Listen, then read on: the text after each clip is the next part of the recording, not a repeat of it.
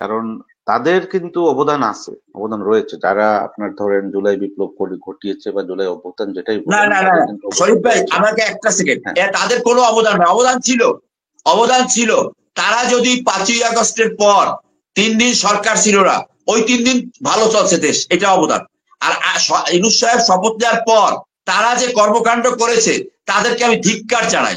অতএব আমি স্ল্যাক কর্মকাণ্ড ল্যাঙ্গুয়েজ না, আমি খুব ব্যাড আপনাকে কর্ম ল্যাঙ্গুয়েজ ইউজ করবো। একটু কর্মকাণ্ড করেছে বলতে সবগুলোই যে সঠিক এটাও তো না। কারণ বাংলাদেশে অনেক কিছুতেই প্রপাগান্ডা একটা হয়। সঠিক হ্যাঁ, হলেই হয়, কিছু একটা সঠিক হলেই হয়। কয়েকজন কয়েকজন না, একটা সঠিক হইলে এখন একটা দলে লোক আছে ধরেন আপনার 1 লাখ, তো এখানে দশ দুই জন চারজন। 10 জন, দশ না, জন আমি নেতা একটা এনসিপি। ফর এক্সাম্পল আমি বললাম, ধরেন একটা 10 জন না, ধরেন আমি 20,000-ই ধরলাম।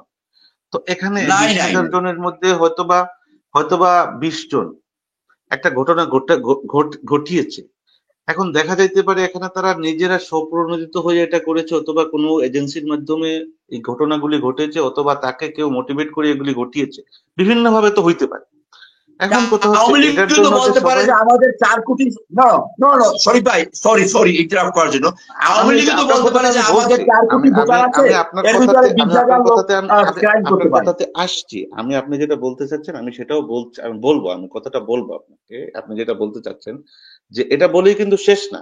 আমার কথা হচ্ছে যে এটা এরকম ঘটতে পারে, কিন্তু ঘটলেও সেটা রিলিফ কিভাবে হবে সেখানে তাদের কিছুটা দায়িত্ব ছিল, যেটা তারা করে নেয় হয়তোবা। কিন্তু তাই বলে তারা সবাই যে আপনার ফকিন্নির ছেলে বা ঘর তুলে ফেলছে, সবাই কিন্তু এরকম সবাইকে বলা কিন্তু ঠিক না।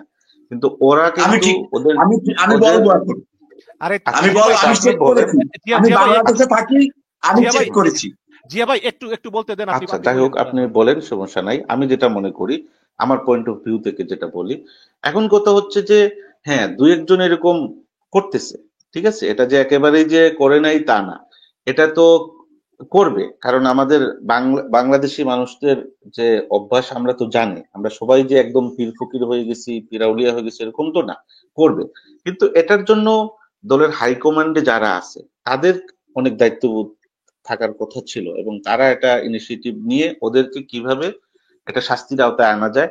আমি মনে করি না শুধু আহ তাদেরকে বরখাস্ত করেই শেষ। যেমন বিএনপি যেটা করতেছে, যেমন দেখা গেছে যে সিরিয়াস সিরিয়াস ক্রাইম করতেছে এক একজন, আপনার পাথর চাপা দিয়ে মারতেছে, এটা করতেছে ওটা করতেছে, আর তাকে শুধুমাত্র বহিষ্কার করেই শেষ। এরকম বহিষ্কার করে শেষ এটা কিন্তু কোনো সলিউশন না।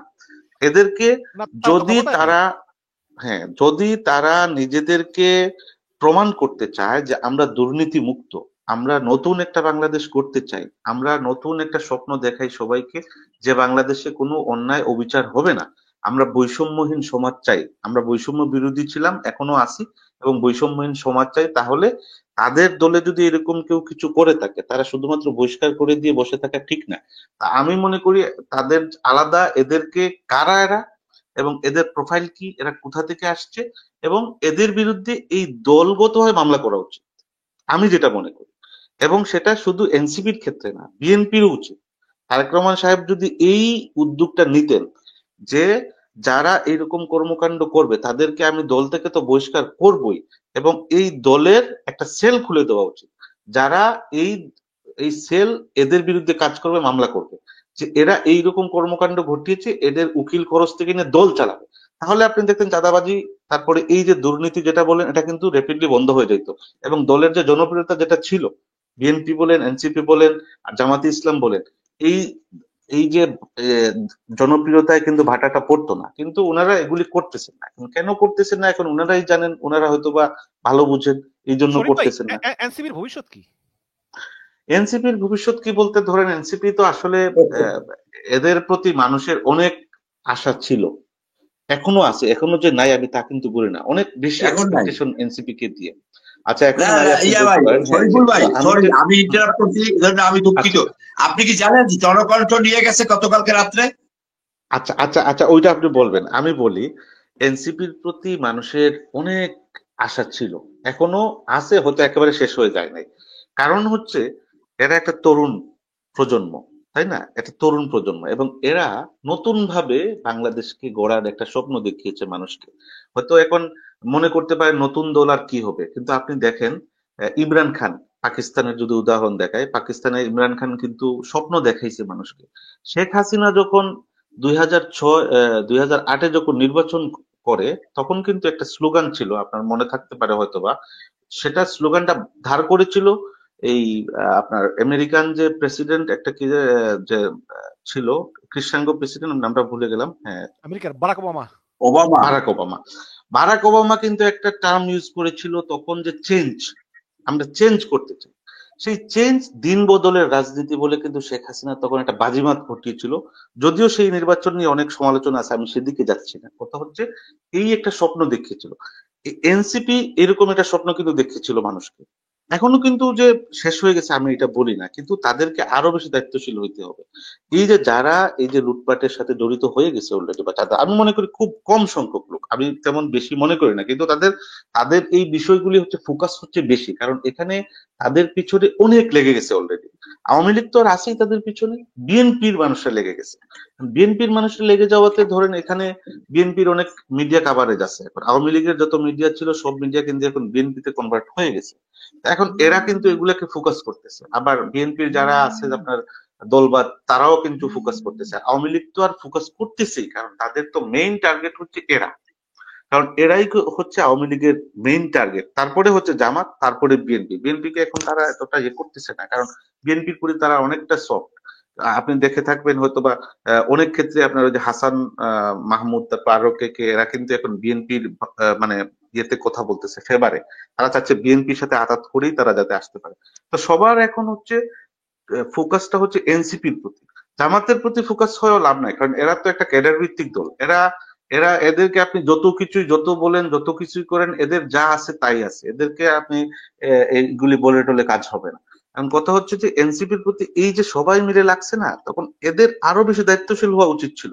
যেমন ওই যে ঘরের কথা যেটা বললেন, যে ঘর বাড়ি বানিয়ে ফেলছে, আমি দেখছি একটা ছবি দেখছি মিডিয়াতে, ছোট একটা ঘর বানিয়েছে, ওটা তো তেমন কিছু না, একটা গ্রামগঞ্জে যেরকম একটা ঘর বানায় হয়তো বা 5-7 লাখ টাকা চাইতে পারে, বা 10 লাখ টাকার মধ্যে এরকম একটা ঘর হইতে পারে, বা আরো কম বেশি হইতে পারে।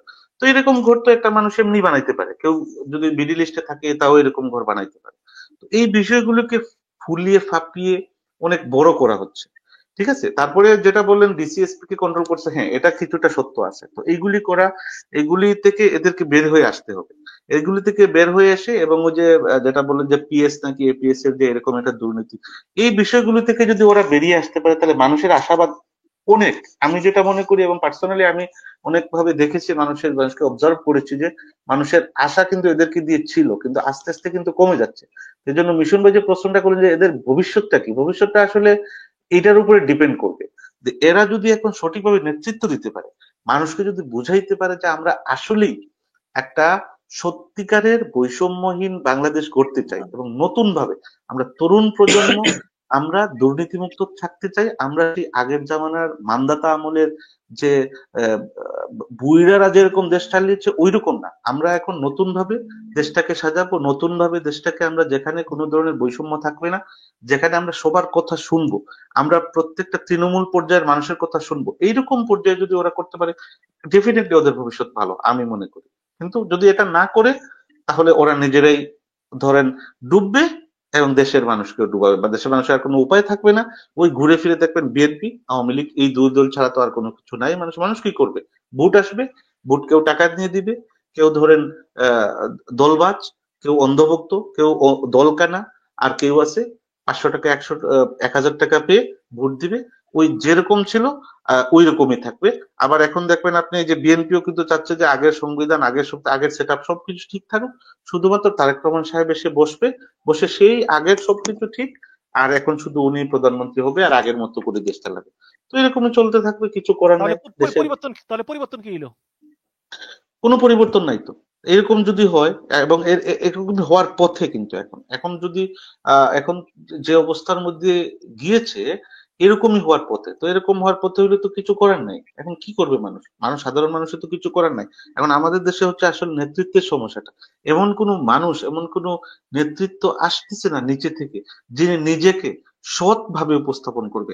হ্যাঁ, সেটা ঠিক আছে, সেখানে অনেকগুলি এজেন্সি তার তার তার বিরুদ্ধে প্রপাগান্ডা চালাবে, তাদের বিরুদ্ধে বিভিন্ন ধরনের মিথ্যাচার করবে, বিভিন্ন ধরনের কুৎসা রটাবে, কিন্তু সেটাকে তো মোকাবিলা করতে হবে, সেটাকে তো অ্যাড্রেস করতে হবে।